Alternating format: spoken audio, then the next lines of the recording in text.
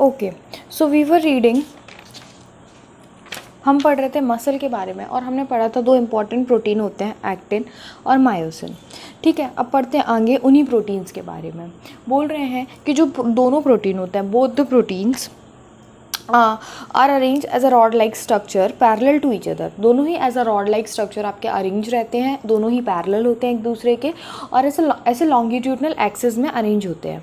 Actin filament जो होता है वो आपका थिनर होता है, थिन होता है as compared to myosin filament.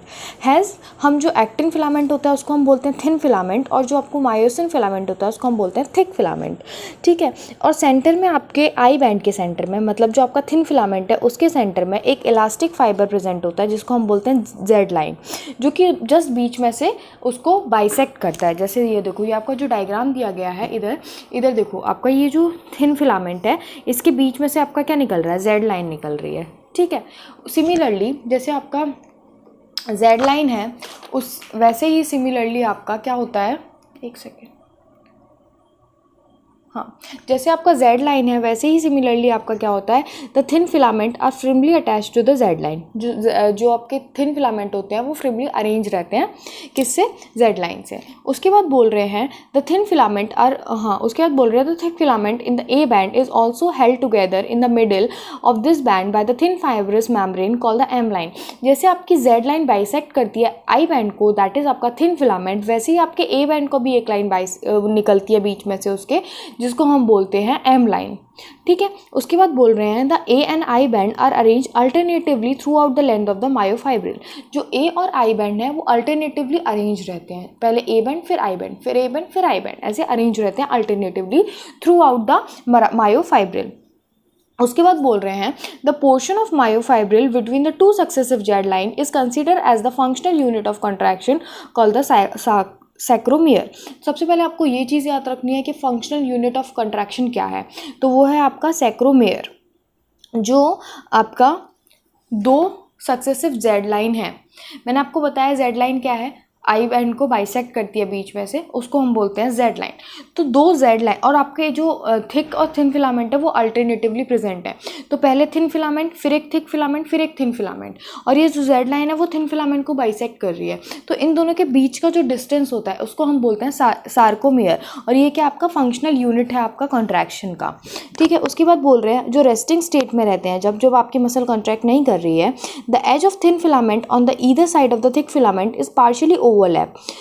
The free ends of the thick filament leaving the central part of thick filaments, the central part of thick filament not overlapped by the thin filament is called H zone. बहुत thin हो गया, थोड़ा सा समझते हैं इस चीज़ को।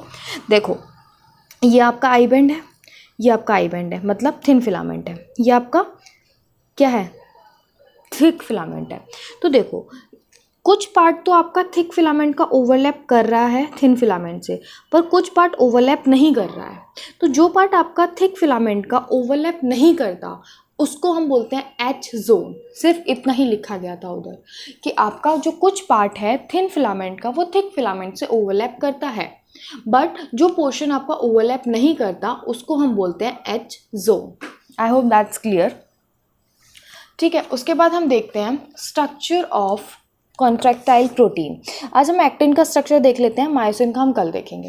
ठीक है, एक्टिन का स्ट्रक्चर कैसा होता है, each actin that is thin filament is made up of 2 filamentous actins helically bound to each other. तो आपका फिलामेंटस एक्टिन जो होता है, एफ एक्टिन होता है, वो हेलिकली बाउंड होते हैं। देखो, जैसे ये आपके एफ एक्टिन है और ऐसे 2 हेलिकल्स बना के ऐसे बाउंड है। ठीक है, और आपका एफ एक्टिन कैसे बनता है, एफ एक्टिन आपका क्या है, एफ एक्टिन आपका पॉलीमर है। उसकी मोनोमरिक यूनिट क्या होती है आपकी, ग्लोबुलर एक्टिन, मतलब एक जो गोला है ये आपका ग्लोबुलर एक्टिन है। तो एक ग्लोबुलर एक्टिन, ऐसे बहुत सारे ग्लोबुलर एक्टिन मिलते हैं और बनाते हैं एफ एक्टिन, मतलब filamentous actin. 2 filament of the another protein. उसके बाद आपका जो एक और प्रोटीन ट्रोपोमायोसिन, वो पैरेलली ऐसे इन हेलिकल्स के बीच में रन करता है। ठीक है, उसके बाद आपका एक कॉम्प्लेक्स प्रोटीन है that is known as troponin, वो ऐसे चीनी की तरह जगह जगह ऐसे डिस्ट्रीब्यूटेड रहता है।